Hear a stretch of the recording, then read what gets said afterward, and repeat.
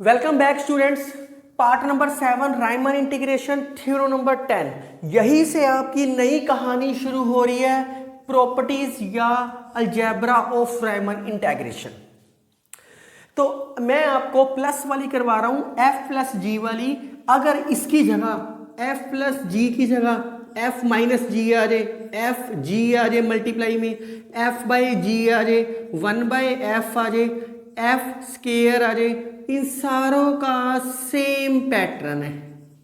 इन सारी थ्योरम्स का same pattern है। जो पैटर्न मैं सिखा रहा हूं आपने इसी के अकॉर्डिंग थ्योरम्स करके चलनी है, अलग से कुछ भी नहीं करना। तो थ्योरम में बोलता है एफ और जी आर राइमन इंटीग्रेबल सिंस, जैसी कहानी गिवन है वैसे ही चलनी है। अभी तक जितनी भी थ्योरम्स करवाई है सारी थ्योरम्स में दो चीजें कॉमन लिखवाई है। एक पार्टीशन मैंने हर थ्योरम में लिखवाया है और एक least upper bound small m k और capital m k greatest lower bound करवाया है। वही चीज हर थ्योरम में अभी तक आपके चल रही है। तो since f and g are Riemann integrable on a b, Riemann integrable on a b, इसका मतलब क्या हुआ? F and g are bounded. अगर राइमन इंटीग्रेबल है तो बाउंडेड होएगा ही होएगा ऑन ए बी पे। तो डेफिनेशन क्या बोलती है? For given epsilon positive there exist two partitions, दो पार्टीशंस लेट कर लो। दो क्यों करनी पड़ेगी? एक एफ के लिए एक जी के लिए। Two partition P1 and P2 such that, इन पार्टीशन से क्या होएगा? UP1F minus LP1F less than epsilon by 2 ले लो, क्योंकि मैं दो पार्टीशन लेके चल रहा हूं। एंड UP2F माइनस LP2F जी, इसके लिए जी लेके चले गए लेस देन एप्सिलॉन बाय 2। अब थ्योरम में क्या रहा है?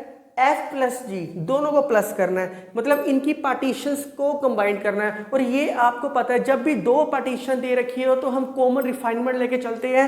Late q is equal to p ले लो, q की बजाय p is equal to P1 union P2, क्योंकि a के लिए P1 लिया, P2 लिया, p तो लिया ही नहीं। P1 union P2 be the common refinement of, common refinement of a b. आपको पता है यूपीएफ में रिफाइनमेंट अपनी पार्टीशन से छोटी होती है और एलपीएफ में रिफाइनमेंट अपनी पार्टीशन से बड़ी होती है। रिफाइनमेंट थ्योरम नंबर 2 मैंने आपको करवाई हुई है। तो इसके अंदर क्या हो गया? डेट इज यूपीएफ लेस होएगा यूपी1एफ से, एंड UPF ये भी लेस होएगा UP2F से। सिमिलर LP1F ये अपनी रिफाइनमेंट से छोटी होएगी और LP2F ये भी अपनी रिफाइनमेंट से छोटी होएगी। तो ये लेस का सिंबल है, ये P1 है। इनको कंबाइंड करने के लिए मैं क्या करता हूं? ये सारी सेम थ्योरम्स है, मैं एक करवा रहा हूं, बाकी सारी आप खुद कर सकते हो। तो इसके लिए क्या आ गया मेरे पास? इसके लिए क्या आ गया हमारे पास? UPF। मैं वैसे डायरेक्ट भी लिख सकता था पर मैं वैसे ही करवा देता हूं आपको। P2 के लिए सिमिलर लिख दूंगा मैं आपको, P2 के लिए सिमिलर लिख दूंगा मैं आपको। LP1F यहाँ पे नेगेटिव से मल्टीप्लाई कर देता हूं। LP1F greater than equal to minus LPF, दोनों को ऐड कर दो तो UPF माइनस LPF, ये भी लेस हो गया, ये भी लेस हो गया। लिख सकते हैं UP1F माइनस LP1F। ये सारी की सारी चीज क्या दे रखी है? Less than epsilon by 2, less than epsilon by 2। तो हमारे पास क्या आ गया? UPF minus LPF less than epsilon by 2। अगर हम P2 वाला केस लेके चले गए तो हमारे पास आएगा UPG LPG less than epsilon by 2। अब हर किसी में सेम कहानी लिखनी है। एक नई पार्टीशन ली है P, here P is equal to a x naught x one up to so on x k minus one x k up to so on x n be एक कोई be the partition on a b. एक partition को define कर लिया। अब partition define की है तो लब और ग्लब भी लेट करने पड़ेंगे। एम के स्मॉल एम के लीस्ट अपर बाउंड ऑफ, ये किसका लिया है, एफ प्लस जी का लिया है ऑन डेल्टा के। ये क्या होएगा, greatest lower bound of f plus g on delta k. आपने पी के तो ले लिए, P1 P2 के भी एम के सपोज करने पड़ेंगे। एक का नाम एम के डैश, एक का स्मॉल एम के डैश, एक एम के डबल डैश, एक small m k double dash, ये सारे के सारे लेट कर लिए। इसका क्या आएगा, ये एफ का ले लिया मैंने और ग्रेटेस्ट लोअर बाउंड भी ये एफ की होगी। ये मैंने ले लिया जी का, जी ऑन डेल्टा के, ये भी मैंने ग्रेटेस्ट लोअर बाउंड ऑफ ये सारों की होगी। तो आपने प्रूव करना है एफ प्लस जी रायमन इंटेग्रेबल, मतलब U F plus G minus L F plus जी लेस देन एप्सिलॉन। तो इतना राइट डाउन करो, फिर यहां से शुरू करते हैं। स्टूडेंट्स अब आपने प्रूव करना है Riemann integrable. Now U P F plus G minus L P F plus G लिख सकते हैं less than equal to U P F plus U P G minus L P F minus common निकाल लो L p जी। अब आपने सोचना है sir इसको डायरेक्ट कैसे लिख दिया, इस चीज़ को डायरेक्ट कैसे लिख दिया। मैं आपको साइड पे थोड़ा सा बता देता हूँ मैंने कैसे लिख दिया। आपको पता है जो एफ एक्स है वो कहाँ से कहाँ तक लाई कर रहा है, एम के डैश और small m k dash, M k dash और कैपिटल एम के डैश, और जी एक्स कहाँ से कहाँ तक लिया मैंने, एम के डबल डैश से एम के डबल डैश। तो इन दोनों को प्लस कर दो, m k dash plus m k double dash less than equal to f x plus g x less than equal to m k dash plus m k double dash. बड़े आराम से लिख दिया। अब क्वेश्चन में summation लेके चलता हूँ, समेशन और डेल्टा के से भी मल्टीप्लाई कर देता हूँ। के 1 से N M k dash delta K plus summation k vary from 1 से N M k double dash delta के समेशन के वेरी फ्रॉम 1 से N F x plus g x, साथ में क्या आ गया डेल्टा के।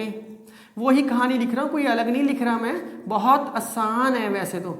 एम के डैश डेल्टा के वेरी फ्रॉम 1 से N M k double dash delta के। यहाँ तक पहुँचने के बाद आप देख सकते हो बहुत आराम से क्वेश्चन हो रहा है। ये यहाँ तक पहुँच गया। ये आपने रफ काम में इसलिए बता रहा हूँ ताकि आपको पता लग जाए ये चीज़ मैंने कहाँ से लिख ली। ये सारी की सारी चीज़ क्या है, एल पी एफ, ये l p g less than equal to, इस चीज़ को लिख सकता हूँ मैं, सारी की सारी चीज़ को लिख सकता हूँ एल पी एफ प्लस जी। आपको पता है lower LPF lower Riemann less than होता है अपर राइमन के, होएगा ही होएगा, चाहे कहा हो चाहे ना कहा हो। ये चीज़ किससे लेस है आगे, UPF प्लस UPG। तो इसीलिए मैंने UPF प्लस जी को डायरेक्ट लिख दिया UPF प्लस UPG। और अगर मैं इसको माइनस से मल्टीप्लाई कर दूं तो ऑटोमेटिकली ये वो सिंबल चेंज हो जाएगा, इसलिए नेगेटिव। आप इसको ऐसे करो ना, ये पार्ट अलग हो गया और ये पार्ट सारा अलग हो गया, नेगेटिव से मल्टीप्लाई करूंगा तो ऑटोमेटिकली ये सिंबल चेंज हो जाएगा। क्या आएगा, minus LPF minus LPG greater than equal to LPF plus G. तो इसकी value less than equal to this, यही तो लिखी है मैंने। अब कंबाइन कर दो, पेयर बना दो इनके, क्या आएगा UPF माइनस LPF और ये क्या आ गया UPG माइनस LPG। ये मैंने क्या लेट किया एप्सिलॉन बाय 2, ये भी क्या किया एप्सिलॉन बाय 2, क्या आ गया epsilon. Therefore F plus g Riemann integrable on AB। यही उसने प्रूव करने के लिए कहा था कि अगर UPF plus G minus LPF plus जी लेस से एप्सिलॉन आ जाए तो प्रूव हो जाएगा। जिसने ये नहीं करना ना करो वो डायरेक्ट भी लिख सकते हैं। ये तो मैंने आपको समझाने के लिए बताया कहाँ से आई ये चीज़। अब सेकंड पार्ट देखते हैं इसका। Now to prove second part में कहते हैं a to B F plus g या f x plus g x, जो मर्जी लिख लो एक ही बात है, is equal to a to B f x d x plus a to b g x d x. तो ये क्या है, लोअर राइमन, ये अपर राइमन इंटेग्रेबल, मतलब राइमन इंटेग्रेबल है ये। तो ये लोअर या अपर राइमन इंटेग्रेबल क्या से होता है, least upper bound of LPF या greatest lower bound of UPF, ये आपने किया है। तो मैं इसके अंदर क्या करता हूँ, कोई भी एक केस लेके चलना है, मैं एक केस लेके चल पड़ता हूँ इसके लिए। तो उसके लिए एक पहले पार्टीशन डिफाइन करनी पड़ेगी।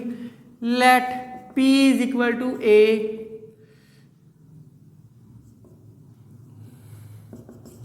X naught x one up to so on x k minus one x k up to so on x n, be the partition on a b, be the partition on a b. एक partition ली where delta k की value क्या है, x k minus one x के। एक कोई partition मैंने define कर, बस एक कोई भी केस लेके चल पड़ो। Now A to B F plus G, यही केस कहा है ना उसने, एफ प्लस जी के लिए लेके चलना है, F plus G D x. ये क्या आएगा, यहाँ पे लिख लो टेक, इसके बीच का कोई एलिमेंट ले लो, मैं ले लेता हूँ टी के बिलोंग्स टू डेल्टा के, ताकि वो इजी हो जाए सोल्व करना। तो इसके लिए क्या आएगा, least upper bound of l P F plus g, P is the partition on a b. ये लाइन तो लिखनी ही लिखनी है। इसके बाद क्या मैं इसको लिख सकता हूँ, limit n goes to infinity. मैं बहुत बारी बता चुका हूँ कि नोम अगर जीरो के ऊपर जाएगी, नोम का मतलब होता है मैक्सिमम वैल्यू, नोम का मतलब होता है x naught x one up to so on x k minus one x k up to so on, इन सारों की मैक्सिमम वैल्यू ये जीरो को जाती है तो n इन्फिनिटी को जाएगा। मैं इसका प्रूफ भी बता चुका हूँ आपको। तो मैं क्या इसको लिख सकता हूँ, limit n goes to infinity summation k vary from one से n एफ प्लस जी, मैंने एलिमेंट कौन सा लिया है, टी के डेल्टा के। बस इसको अलग अलग कर लो, limit n goes to infinity K vary from one से n एफ टी के delta K plus summation, limit अगले स्टेप में ले लेंगे। चलो एक ही स्टेप में कर लेते हैं ये सारा कुछ। Limit n goes to infinity summation k vary from one से n जी टी के डेल्टा के। इस चीज़ को लिख सकते हैं a टू b, ये सिर्फ f के अंदर है और ये क्या है, सिर्फ g के अंदर है, g x d x. This is called algebra या properties of Riemann integrable. f plus g की जगह कुछ भी आ सकता है, जो मैंने आपको नाम लिखवाए हैं, हैंस प्रूव्ड। तो कोई टफ काम नहीं था, आसान काम था, बस एक ये स्टेप था मेन जो मैंने अलग से आपको करवा दिया था। अब थ्योरम राइट डाउन करो प्लीज। स्टूडेंट्स अगली थ्योरम बहुत इंपॉर्टेंट है, ये थ्योरम पेपर में आ सकती है कि अगर राइमन इंटेग्रेबल ए बी में है, कोई नंबर ले लिया सी, तो ए सी और सी बी पे भी राइमन इंटेग्रेबल होएगा। ये ही प्रूव करने के लिए कहा है उसने। तो since f is bounded and Riemann integrable किसके ऊपर है, ऑन ए बी। डेफिनेशन लगा दो बस। For given epsilon positive there exist a partition P such that UPF minus LPF less than epsilon. ये बहुत बारी लिख चुका हूं। हमें राइमन इंटेग्रेबल किसके ऊपर चाहिए, AC के ऊपर चाहिए और CB के ऊपर चाहिए। तो P पार्टीशन किसके ऊपर है, AB के ऊपर लिया। P पार्टीशन दीर्घ पार्टीशन P ऑन AB के ऊपर लिया। इसके अंदर कौन सा पॉइंट नहीं है, C पॉइंट नहीं है। तो let Q is equal to partition P union C, जो पॉइंट नहीं है इसके अंदर लेके चल पड़े, Q के अंदर लेके चल पड़े। एंड अब AC के लिए अलग पार्टीशन आएगी, CB की पहले तो AC कंबाइंड ली है, इन दोनों की पार्टीशन अलग लेनी पड़ेगी। एंड एक Q1 पार्टीशन ली है, Q2 पार्टीशन ली है। Q1 में वो एलिमेंट्स लिए सारे, Q के वो सारे एलिमेंट्स लिए इंटरसेक्शन जिसकी पार्टीशन चाहिए AC। एंड Q के मतलब सारे एलिमेंट्स हो गए इंटरसेक्शन, कौन सी इन दोनों में कॉमन एलिमेंट्स कौन से आ गए, CB। बस be the two partitions of AC and CB respectively। तो सबसे पहले आपने ये रायमन इंटीग्रेबल प्रूव करना है। इन दोनों की पार्टीशन तो लेट करनी पड़ेगी। मैंने Q1 Q2 दो पार्टीशन इनकी लेट कर ली। अब देखो, और इन दोनों की यूनियन करूं एंड Q1 यूनियन Q2, इन दोनों की यूनियन में जब यूनियन करूंगा तो वो क्या आएगा, Q के इक्वल ही आएगा। सारे के सारे एलिमेंट्स इंक्लूड हो गए, Q के अंदर ही आएगा। तो मैंने इन दोनों को प्रूव करना था कि ये रायमन इंटीग्रेबल है। इनकी एक पार्टीशन लेनी थी मैंने, एक की Q1 पार्टीशन ले ली, एक की Q2 पार्टीशन ले ली। अब ये कैसे प्रूव होएंगे, इसके लिए भी UPF माइनस LPF वाली कंडीशन, इसके लिए भी UPF माइनस LPF वाली कंडीशन। तो क्या करना पड़ेगा हमें, नाउ UQF, क्योंकि F ही फंक्शन है ना, Q की वैल्यू क्या है, Q1 यूनियन Q2।